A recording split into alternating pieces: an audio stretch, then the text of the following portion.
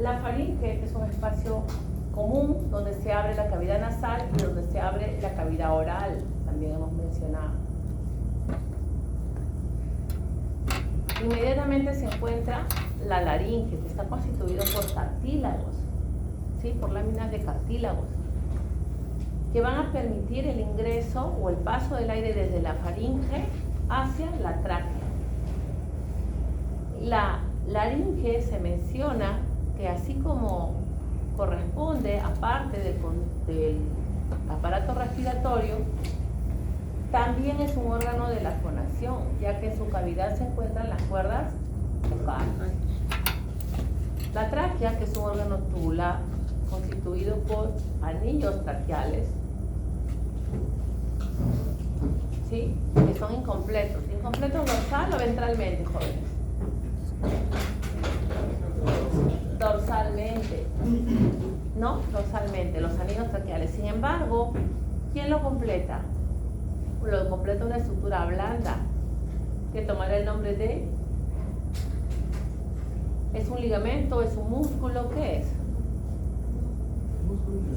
Es el músculo traqueal, exacto, el músculo traqueal. Que en la especie bovina el músculo traqueal es tan corto que estas dos terminaciones cartilaginosas se juntan y forman la cresta traqueal. Exacto, forman la cresta traqueal. Bien. La tráquea tiene dos porciones, su porción cervical y su porción torácica. Cuando ingresa la porción torácica se separa, o mejor dicho, se divide en dos ramas, que toman el nombre de bronquios. Bronquios principales, también se le menciona como bronquios primitivos. Estos bronquios irá uno al pulmón derecho y uno al pulmón izquierdo. Pero este bronquio principal, cuando llega al pulmón, se da cuenta que tiene lóbulos, el pulmón. Entonces se divide ¿en qué? En bronquios lobares. Y a su vez, cada lóbulo tiene segmentos. Y ese bronquio lobar se dividirá en bronquios segmentarios.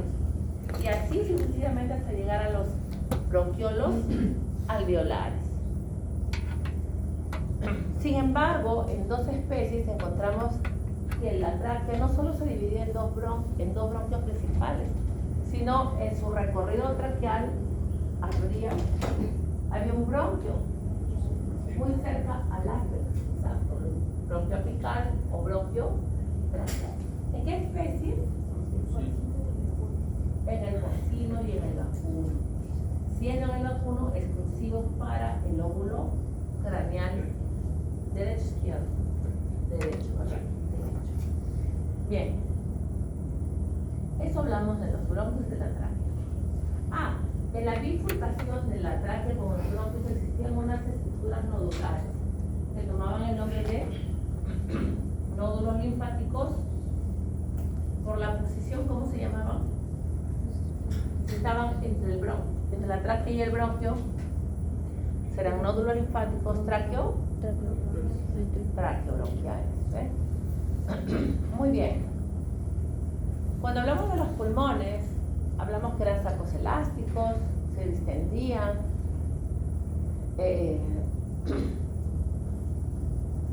y que estaban constituidos por lóbulos en su mayoría de especies. Pero estos lóbulos se daban ¿por qué? ¿Cómo se daban los lóbulos? Porque había unas incisuras, ¿verdad? Unas fisuras profundas llamadas incisuras. ¿Qué especie no tenía incisuras? El equino, pero presentaba lóbulos. ¿Quién daba lugar a los lóbulos en el equino? La fisura no, porque no la tiene. Pero había un escote, una escotadura, que se relacionaba con el corazón. Por eso tomaba el nombre de escotadura cardíaca. Y era la escotadura cardíaca la que le daba esa diferenciación entre lóbulo craneal y lóbulo caudal. Bien. En todas las especies que hemos estudiado había un lóbulo accesorio que correspondía al pulmón derecho, en todos los casos. En algunas especies se observaban los lobulillos pulmonares porque su capa fibrosa es gruesa. Sin embargo, todos lo tienen, pero solo se observaba en dos. ¿En qué especies? En el porcino y en el vacuno. Aquí estamos.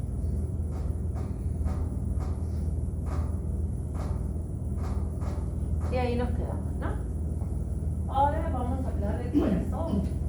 El corazón también es un órgano visceral, que también está sujeto a infección. ¿Por qué? Porque también es de consumo humano. El corazón. El corazón puede estar sujeto ¿de qué? Puede estar sujeto a infestaciones, parásitos que puedan llegar dentro de sus cavidades, ¿no? En el perro, por ejemplo, tenemos la arenitis. Puede ser en el vacuno raro, pero también. Y el corazón fácilmente puede migrar a los pulmones a través de la arteria pulmonar, vamos a ver. O perdón, de la arteria pulmonar.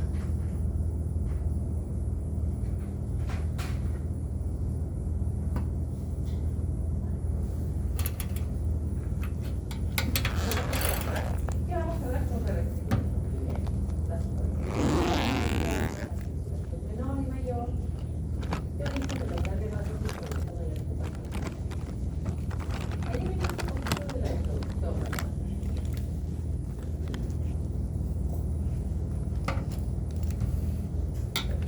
Ay, dice. Ya. ¿Usted vimos ayer esto?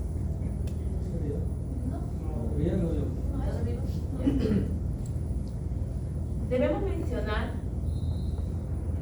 que en nuestro medio, ¿no? En realidad no se practica el trasplante de corazón, ¿no? Es rara vez también se ingresa la cavidad torácica para poder corregir, porque el medio o los medios de repente los propietarios no lo permiten. Sin embargo, son procedimientos que sí se pueden realizar. Por ejemplo, cuando hay un problema, cuando no hay un cierre del ligamento arterioso, que es una comunicación entre la arteria, y dice las une las dos, las une.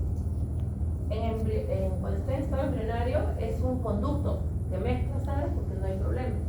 Que cuando nace se cierra, o sea, se oblitera y se forma el ligamento, se cierra la luz, ya no pasa sangre ni de un lado ni del otro lado. Pero en algunos casos no. Entonces lo que tienes que hacer es abrir el tórax y ligarlo. Nada más, ¿no? Pero todo eso es sencillo, pero el hecho de abordar la cavidad torácica es todo un procedimiento, ¿no? Y bueno, todo también bajo mucho riesgo. Ya. Sin embargo, aquí me parece que hicieron, no sé si no fue un trasplante, fue una operación al corazón propio del animalito. Ahora lo vamos a poner.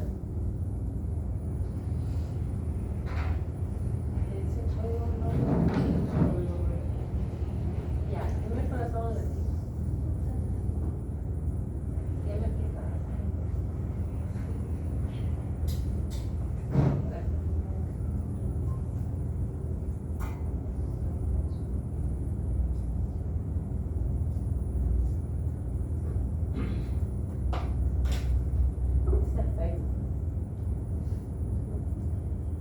Tokio o Japón.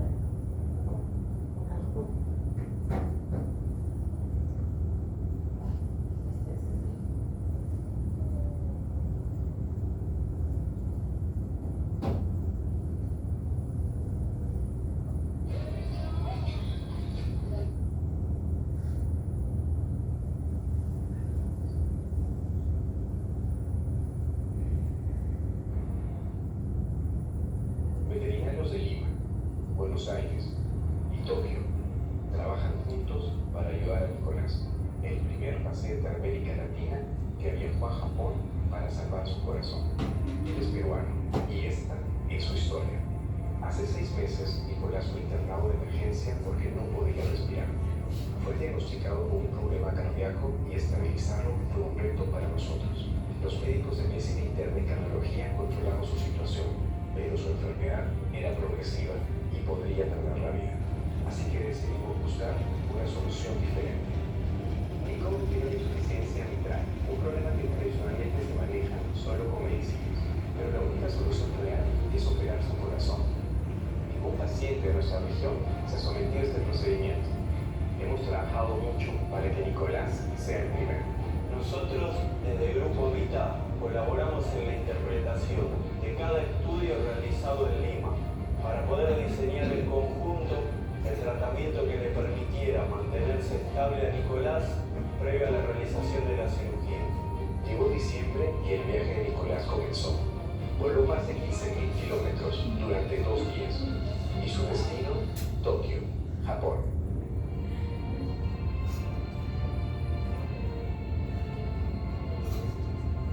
El equipo médico de la clínica Jasmine recibió a Nicolás y verificó que todo esté bien. Llegó el día de la cirugía. Su corazón es detenido y conectado a una máquina que oxigena y bombea su sangre artificialmente. La cirugía duró 3 horas. Todo salió bien y Nicolás se recuperó de unidad de cuidados intensivos. Día a día su condición mejoró y fue controlado constantemente.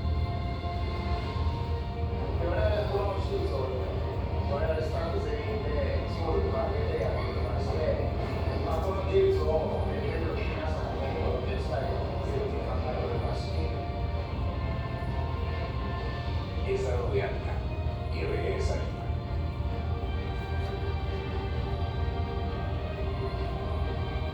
Casos como el de Nicolás nos recuerdan por qué decidimos ser médicos veterinarios y que cuando trabajamos juntos podemos hacer posible lo imposible.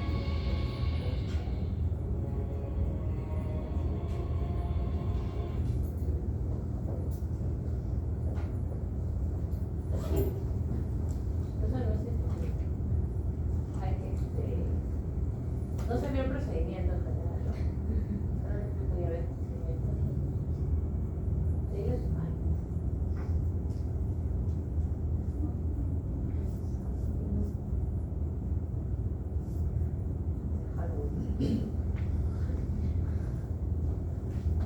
yo antes iba a un laboratorio donde la luz se prendía sola. Pues me daba un poco de temor, era granazo en la habitación. Era 4 veces esto, bien. ¿Qué buscamos? ¿A qué buscamos con la reflexión? ¿Qué pueden sugerir ustedes? Que los procedimientos quirúrgicos que puedan realizarse o las alteraciones cardíacas que puedan tener pueden ser solucionadas en realidad. No, si en el caso de nuestro medio no se hace, pues en algún momento se van a hacer. Y para eso hay especialistas también, ¿no? Hay cosas que nosotros podremos manejar, pero hay cosas que tenemos que derivar. Y el trabajar en equipo es importante porque a veces no manejamos todo, o alguien tiene más experiencia que uno. Entonces, todo siempre por el bienestar de la salud del animal. Y como yo les mencionaba, por ejemplo, cuando yo estudiaba, no se realizaban ecografías mucho, se hacían radiografías, no se sacaba mucho análisis clínico, era bien, la población era bien real. Pero poco a poco ya, porque son herramientas que a nosotros nos valen para poder realizar un buen diagnóstico. Y que después nos digan, o que no, o que hay, que le meten de todo, ¿no? Le ponen un antibiótico, le ponen vitaminas, le ponen de todo, algo le va a hacer bien, pero el pobre hígado. Entonces, no es un buen manejo de un tratamiento, ¿no? Tengo que diagnosticar, o con la sintomatología puedo aplacar paliativamente ciertos síntomas o signos, ¿no? Pero las herramientas son importantes, diagnósticas, para poder llegar al inicio, ¿no?, del mal. Dime.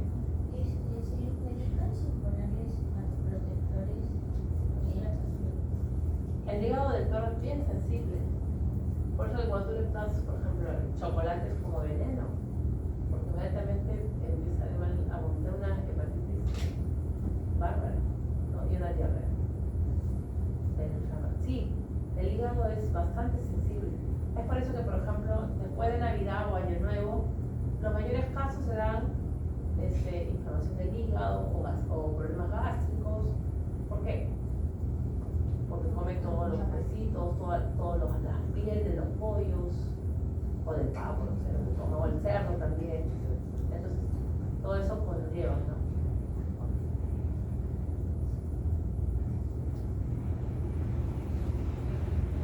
Bien, vamos a hablar del corazón.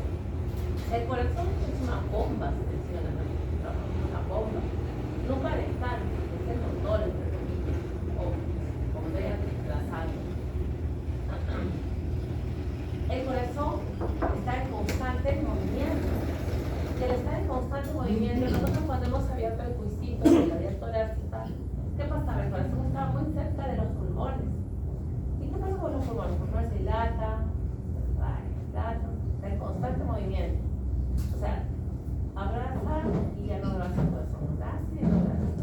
Y el corazón también está en constante movimiento. Va a haber fricción visceral, mucha. Por eso que van a haber revestimientos, y en este caso va a haber líquido, así como hay un líquido pleural, también hay un líquido pericárdico, que ayuda a que no friccione, ¿no? A que no friccione durante el movimiento el músculo cardíaco, como otras vísceras. Va a estar envuelto por la pleura pericárdica. La pleura pericárdica, ¿que proviene de qué? De la pleura mediastínica, ¿verdad? Debajo de esa pleura pericárdica, inmediatamente detrás, debajo yo la volteo y voy a tener el pericardio fibroso. ¿Sí? El pericardio fibroso. Debajo de ese pericardio fibroso yo tengo el pericardio seroso. Este pericardio seroso se ha imaginado en él mismo, formando dos láminas, una lámina parietal y una lámina visceral. Miren, aquí, se ha imaginado en él mismo. Es más o menos como que si yo tengo, este es el pericardio seroso,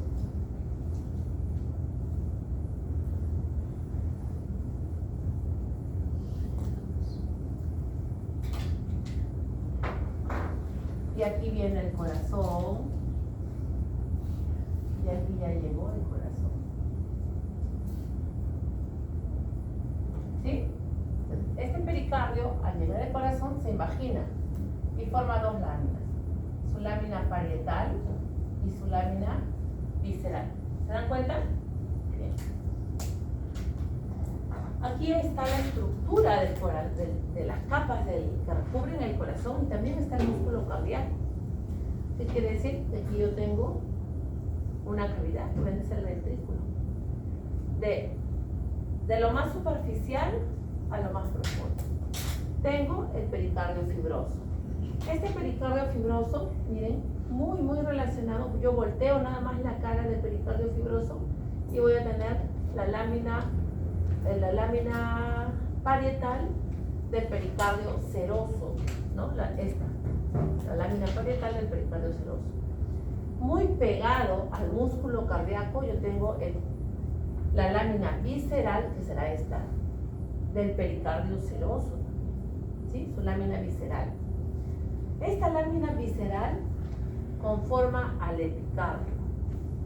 Cuando hablamos de la estructura del corazón, vamos a mencionar que tenemos al epicardio, al miocardio y al endocardio. El epicardio es su lámina serosa del corazón. El miocardio viene a ser el músculo cardíaco. Y el endocardio viene a ser también esa lámina serosa que tapiza la cara interna del corazón. ¿Sí? Entonces, si a ustedes les preguntan, ¿cuál es el origen del epicardio? Ustedes dirán, el origen del epicardio corresponde al epicardio seroso en su lámina visceral. Porque es lo mismo. Es la lámina visceral del pericardio seroso. ¿Sí? Bien. Y aquí nosotros vemos un pericardio. Miren, aquí nosotros estamos observando una escotadura. escotadura cardíaca bastante amplia. Este parece que fuese el ejemplo del corazón de un equino, ¿no? Nosotros cuando hemos hecho la función en el cuisito intercardíaca, hemos buscado esa escotadura cardíaca. Y aquí yo tengo el corazón. Aquí está tapizado en su lámina, en su pericardio y la lámina fibrosa. Y aquí ya se abrió esa lámina fibrosa y estoy observando básicamente el epicardio, que corresponde a la lámina visceral del pericardio seroso. La ubicación del corazón se encuentra entre la segunda hasta la quinta espacio intercostal. ¿Sí? Esa es más o menos la ubicación, el área donde se encuentra depositado el corazón. Va a tener un vértice, un ápex y una base. En la base es la porción más ancha donde van a salir los vasos.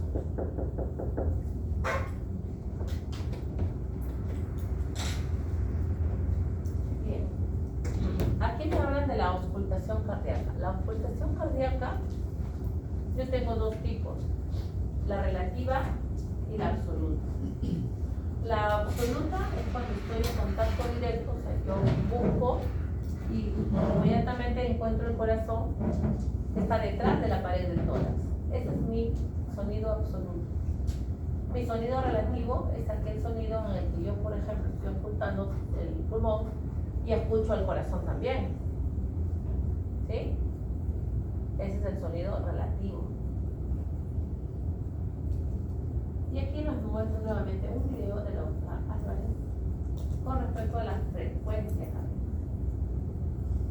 Cuando nosotros hablamos en semiología, la semiología viene a ser las técnicas para poder hacer un diagnóstico. Hablamos de la frecuencia respiratoria. La frecuencia respiratoria, por ejemplo, en el caso del animal, en el caso del perro, es mucho más sencilla porque yo puedo, la pulsación cardíaca externa. Ahí está bien, están confundiendo. Porque también podemos tener la frecuencia respiratoria. Hemos visto, cuando hablamos de frecuencia respiratoria, igual se toma con un reloj el tiempo en un determinado tiempo se toma cuántas inspiraciones y expiraciones se ha realizado, ¿no? En un animal mayor esa distancia, ¿no?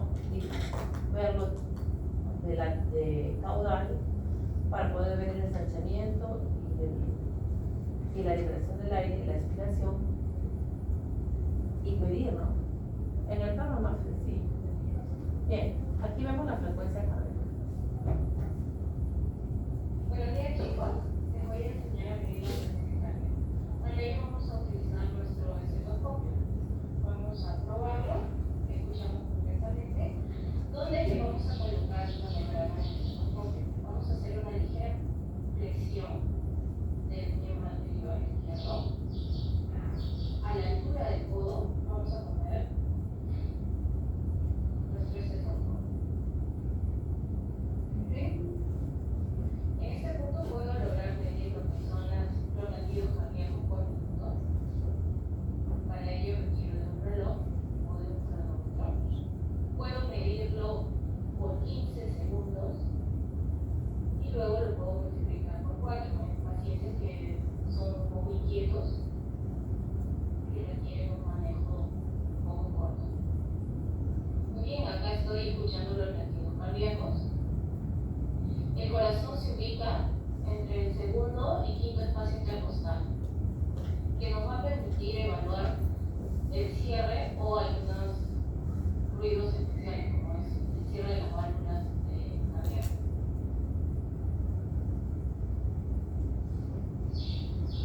Muy bien, en este punto voy a lograr escuchar la válvula pulmonar.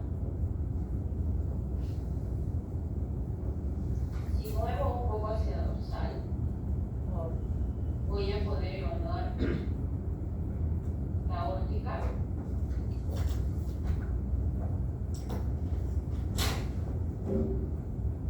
Y un poco pegado hacia el borde del esternal, la mitral. derecho, la trifurquilla. Los que no cuenten con un estetoscopio van a poder medir la frecuencia cardíaca colocando sus manos por encima de las costillas, cerca al borde esternal, a la altura de la flexión del codo. Van a hacer una pequeña presión en este punto y vamos a poder sentir los latidos cardíacos. Igual tienen que medirlo por minuto.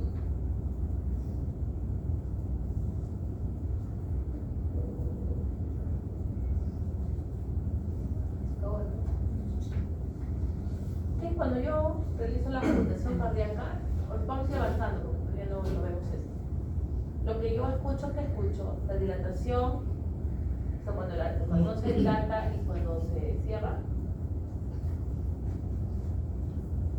No, lo que yo voy a escuchar van a ser las válvulas, ¿sí? Las válvulas. Eso vamos a verlo luego. ¿Qué válvulas? Todavía no hemos visto. Bien, el corazón, superficie y estructura. El corazón presenta una base, un vértice, que es la porción más aguda, que está ventrocaudal. La base es por donde salen los grandes vasos, ¿sí? La base es por donde salen los grandes vasos. Van a salir arterias, llegarán venas, o llegarán arterias y saldrán venas. ¿Quiénes llegan al corazón? ¿Las arterias o las venas? Las venas llegan al corazón. ¿Seguro, Luis? Las arterias también. Las venas salen. Las venas son las que irrigan entonces.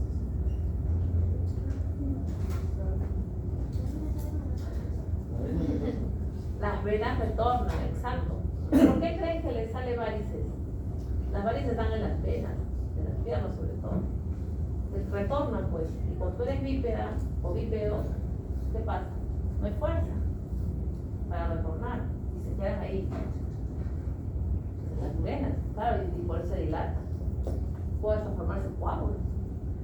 Entonces, nunca se olviden, las venas llegan al corazón y las arterias salen del corazón. Hasta ahí vamos a llegar ahorita. Luego vamos a ver en dónde llegan y de dónde salen también. Es importante. ¿Ya? Bien. Pero todas en la base, ahí vamos a encontrar a todos los grandes vasos. Bien. Va a tener superficies. Aquí. Aquí va a tener superficies. Tenemos esta superficie que está en contacto con ¿qué? Con el esternón, con las costillas. Corresponderá a la superficie externo-costal. Y acá tenemos otra superficie que está en contacto con el diafragma. Será la superficie diafragmática. Y si ustedes se dan cuenta, jóvenes, en su estructura externa, en su imagen externa, va a tener surcos, miren, surcos. Esos surcos, al igual que el aumento, ¿se acuerdan? Esos surcos van a ser líneas blanquecinas o amarillentas, porque van a estar tapizadas de ¿qué? De tejido graso, ¿sí? De tejido graso. Por esos surcos van a pasar vasos sanguíneos y tomarán el nombre de los surcos. Yo tengo el surco coronario, por ejemplo, que bordea el corazón como una corona, ¿sí? El surco coronario. Y en este lado, ¿qué lado será, jóvenes? ¿Izquierdo o derecho? Lado izquierdo, ¿verdad? Entonces, miren, del lado izquierdo yo voy a ver arterias. Yo voy a ver las arterias. Del lado izquierdo veo la aorta. ¿Sí? Veo la pulmonar, veo arterias. Cuando ustedes vean arterias, ya estoy del lado izquierdo. Cuando vean venas, estoy del lado derecho. Yo tengo aquí el surco interventricular paraconar en el lado izquierdo, ¿sí? Surco interventricular paraconar. Bien. Y vamos a ver ahora, me ponen las cámaras.